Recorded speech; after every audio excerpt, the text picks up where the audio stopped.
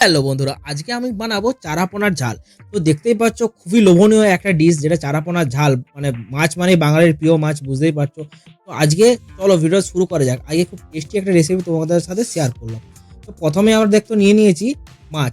যে মাছটাকে প্রথম কি করতে হবে, আমাদেরকে একটু নুন হলুদ মাখা নিতে হবে। তো আমি এটা মাখানাই ছিল, তো দেখতে পাচ্ছ তেলে ছেড়ে দিয়েছি। এটা ভালো মতো করে আমাদেরকে ভেজে নিতে হবে। তো ভাজা হয়ে গেছে আমার।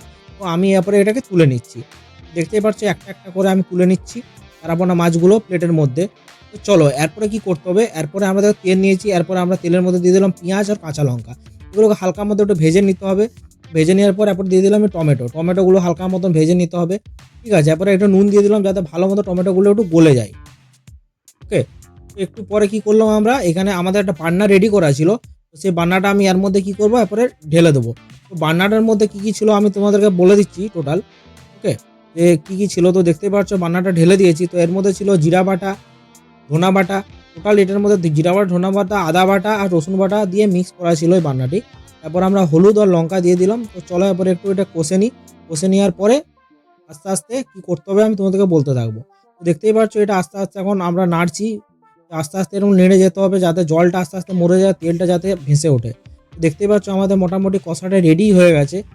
ঠিক আছে, হালকা একটু টাইম আছে হতে। দেখতেই পাচ্ছ উপরে তেল তেল তেল একটা ভাব চলে এসছে এটার মধ্যে। তো একটু টাইম লাগবে। এইভাবে গোল গোল করে আমাকে নাড়িয়ে যেতে হবে, কারণ যে ধরুন পেঁয়াজটা ছিল আর ইয়েটা ছিল ভালোভাবে যেমন ঘাটা হয়ে যায়। ঠিক আছে, তাহলে গ্রেভিটা খুব একটা ভালো স্বাদ আসবে আর গ্রেভিটা দেখতেও খুব সুন্দর আসবে। পেঁয়াজগুলো গলে গেলে গ্রেভিটা একটু গ্রেভি গ্রেভি টাইপ একটা সুন্দর দেখতে আসবে। তো দেখতেই পাচ্ছ আমরা মাছগুলো দিয়ে দিয়েছি এবং গ্রেভিগুলোর সাথে মাছগুলোকে দিয়ে ভালো করে একটু নাড়াচাড়া করে নিতে হবে যাতে মাছগুলোর মধ্যে মশলাটা ভালো মতো চলে যায়। ভালো মতো চলে গেলে কী হবে, মাছটার মধ্যে টেস্টটা আরও সুন্দর আসবে। ওকে। তো দেখতেই পাচ্ছ একটু হালকা পরিমাণে আমি জল দিয়েছিলাম। তো জল দেওয়ার পরে দেখতেই পাচ্ছ একদম হালকা পরিমাণে জল দেওয়ার পরে একটা কালার, সুন্দর কালার চলে এসছে। মাছটাও মোটামুটি হয়ে গেছে। আমাদের মোটামুটি যে বান্নার ছিল এটা মোটামুটি রেডি হয়ে গেছে চারাপোনার যে রান্নাটা। তো এইভাবে টোটাল রান্নাটা প্রসেসটা করবে, ফলো করবে। এবার যে যার পরিমাণ মতো একটু নুন আর লঙ্কাটা একটু দেখে পরিমাণ মতো দিও। ঠিক আছে।